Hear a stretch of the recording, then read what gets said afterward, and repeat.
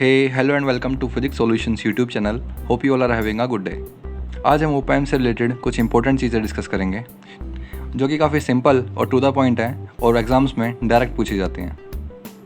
जब भी हम ओपैम से रिलेटेड प्रॉब्लम सॉल्व करते हैं तो उसमें हम ओपैम को आइडियल मान के चलते हैं, पर रियल वर्ल्ड में ओपैम आइडियल नहीं होता। यानी कि जो भी प्रॉपर्टीज़ हम अज्यूम करके चलते हैं कि ओपैम के पास होनी चाहिए आइडियल के पास, वो रियल वर्ल्ड में नहीं होती। मान लीजिए हमारा ओपैम है, तो हम मान के चलते हैं कि इन दोनों टर्मिनल्स में जो करंट है वो ज़ीरो है, पर असली में ऐसा नहीं होता। अगर हम इन टर्मिनल्स को ग्राउंड भी कर दें और इस इन्वर्टिंग टर्मिनल को भी, तब भी इन दोनों टर्मिनल्स में कुछ ना कुछ करंट थोड़ा बहुत फ्लो होता रहता है। लेट दिस इज़ IB2 और लेट दिस इज़ IB1। तो इन दोनों करंट का अर्थमेटिक मीन जो कि हम मेज़र करते हैं ग्राउंड से, वो कहलाता है IB1 plus IB2 divided by 2 equal to हमारा input bias current. For ideal opamp ये हमारा ज़ीरो होना चाहिए, यानी कि IB1 equal to IB2 equal to zero, पर असली में ऐसा नहीं होता। कुछ ना कुछ थोड़ा बहुत करंट इन टर्मिनल्स में फ़्लो होता रहता है। और ऐसे ही इन दोनों करंट का मोड डिफरेंस यानी कि IB2 माइनस IB1 का मोड कहलाता है हमारा इनपुट ऑफसेट करंट। ओके, तो ये छोटी छोटी चीज़ें हैं जो कि काफ़ी इंपॉर्टेंट हैं और हमें पता होना चाहिए। चलिए एक एग्जांपल देखते हैं जिसमें हमें इन दोनों टर्मिनल्स पे इनपुट करंट गिवन है और हमसे पूछा हुआ है कि फाइंड इनपुट बायस करंट और इनपुट ऑफसेट करंट। तो हमें पता है कि इनपुट बायस करंट क्या होता है, इन दोनों करंट का अर्थमेटिक मीन। तो क्या हो जाएगा 590 plus 450 nano ampere divided by 2, तो ये हमें देगा 520 नैनो एम्पेयर। और ऐसे ही हमारा इनपुट ऑफसेट करंट क्या हो जाएगा 590 और 450 का मोड डिफरेंस, तो जो होगा हमारा 140 के इक्वल। तो हमारा इनपुट ऑफसेट करंट कितना हो गया 140 नैनो एम्पेयर। और जैसा कि देख सकते हैं हम, ये करंट हमारा नैनो एम्पेयर में है, यानी कि ये बहुत ही कम है, पर ये फ्लो ज़रूर होता है। नेक्स्ट प्रॉपर्टी है हमारी इनपुट ऑफसेट वोल्टेज की।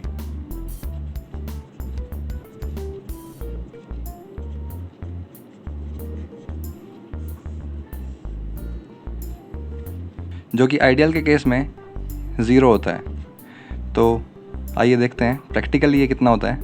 ये हमारा ओपैम है, ये हमारा वी आउट, ये हमारा प्लस VCC और ये हमारा माइनस VEE। और इस टर्मिनल पे हम मान लेते हैं हमारा पोटेंशियल है V1 और इस टर्मिनल पे पोटेंशियल है हमारी V2। तो इनपुट ऑफसेट वोल्टेज होती है हमारी equal to mod of V2 minus V1। Okay, और नेक्स्ट प्रॉपर्टी है हमारी स्लू रेट, जिसे हम डिनोट करते हैं S से। स्लू रेट होता है maximum rate of change of output voltage with respect to time, यानी कि मैथमेटिकली बोले तो S is equal to dV out by dt, और ये हमारा मैक्सिमम होना चाहिए। कभी कभी किसी बुक्स में डिफाइन होता है ऐसा हमारा कि dV बाई dt, तो वो रॉन्ग होता है। और किसी बुक्स में S डिफाइन होता है हमारा dV बाई dt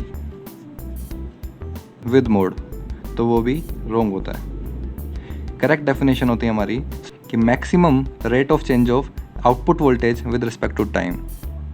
मान लीजिए कि हमारा जो आउटपुट है ओपैम का, वो है हमारा V0 equal to VM sine 2 pi FMT। तो इस केस में हमारा स्लू रेट कितना होगा, तो स्लू रेट होता है हमारा dV0 बाई dt का मैक्सिमम, है ना। तो पहले dV0 बाई dt निकाल लेते हैं, जो कि हमें देगा VM कांस्टेंट है और साइन का डिफरेंशिएशन होता है कोस 2 pi FMT into constant part, जो कि हमारा 2 पाई FM, यानी कि हमारा स्लू रेट बन जाएगा dV0/dt का मैक्सिमम, जो कि हमारा इसका मैक्सिमम, और ये सारा कांस्टेंट है तो इसको हम एज इट इज़ लिख देंगे। और कोस की वैल्यू मैक्सिमम होती है हमारी 1, तो इसको 1 पुट कर देंगे तो हमें मिल जाएगा ये। तो स्लू रेट बन जाएगा हमारा 2 पाई FM × VM। ओके, और 741 IC के लिए हमारा स्लू रेट होता है 0.5 वोल्ट/माइक्रोसेकेंड, यानी कि हमारी यूनिट होती है स्लू रेट की वोल्ट/माइक्रोसेकेंड। चलिए एक क्वेश्चन देखते हैं स्लू रेट पे, जो कि CSIR नेट में पूछा हुआ है। बोला हुआ है what is the स्लू rate of the given op-amp. Op-amp में इनपुट दी हुई है नेगेटिव टर्मिनल पे, और यहाँ पे 2 रेजिस्टेंस हैं, और यहाँ पे नॉन इन्वर्टिंग टर्मिनल हमारा ग्राउंडेड है, और V इनपुट दी हुई है हमें ये। तो स्लू रेट के लिए पहले हमें V आउट निकालनी पड़ेगी। तो चलिए पहले V आउट निकालते हैं। वर्चुअल ग्राउंड कॉन्सेप्ट को यूज़ कर लेते हैं। यहाँ पे हमारा 0 वोल्ट गिवन है, तो इस टर्मिनल पे भी हमारा हो जाएगा 0 volt. Let this terminal is A। तो अपना KCL अप्लाई कर देते हैं एट पॉइंट A, जो कि हमें देगा 0 - VI/1 kilo Om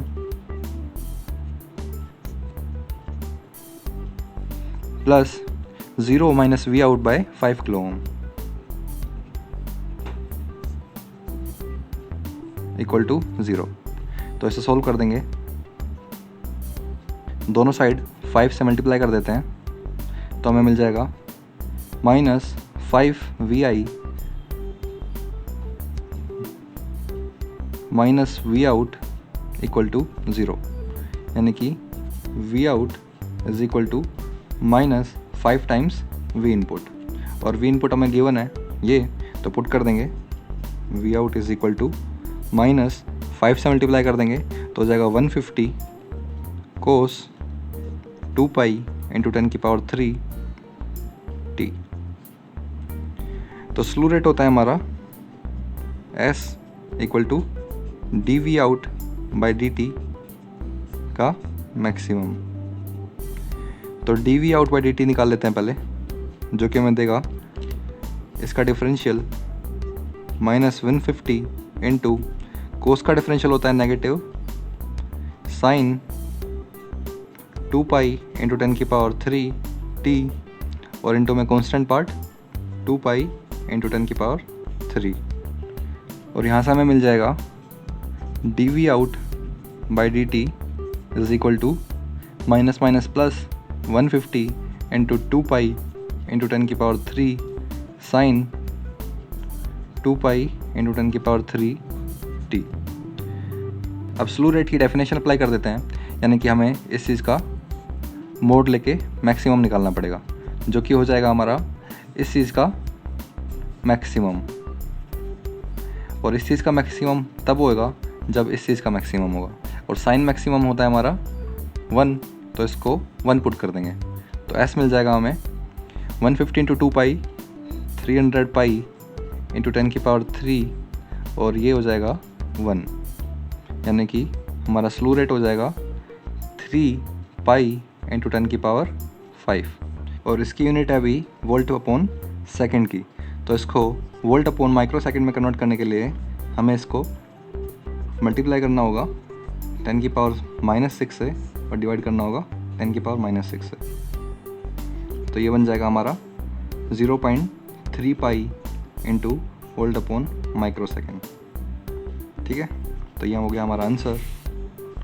S is equal to 0.3 pi वोल्ट/माइक्रोसेकंड।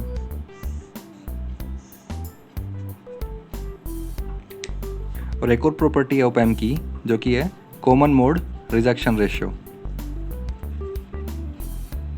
Common mode rejection ratio.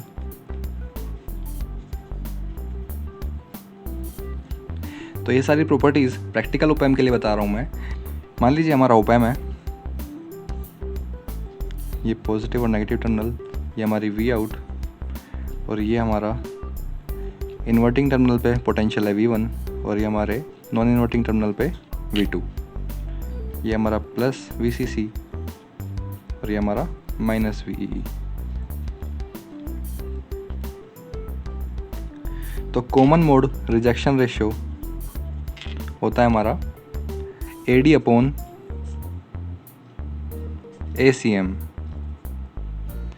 यहाँ पे AD होता है हमारा gain of the differentiator circuit, यानी कि V output divided by V1 minus V2, और ACM होता है हमारा V output divided by V1 plus V2 by 2, यानी कि हमारा रेशो हो जाएगा AD by ACM equal to V output divided by V1 minus V2 divided by V output divided by V1 plus V2 divided by 2।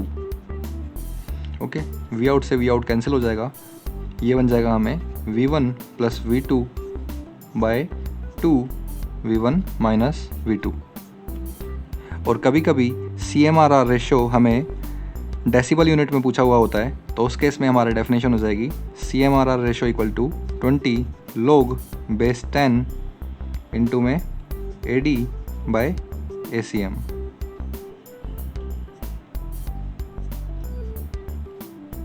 Okay, तो ये फॉर्मूले हमेशा याद रखना, ये काफ़ी इंपॉर्टेंट है और इससे प्रॉब्लम्स डायरेक्ट पूछी जाती हैं। तो आज के लिए बस इतना ही। अगर आपको ये वीडियो पसंद आया हो तो लाइक ज़रूर करें और अपने दोस्तों के साथ शेयर भी करें। अगर आप इस चैनल पर नए हैं तो सब्सक्राइब करना ना भूलें। Thank you for watching, see you next time, have a nice day.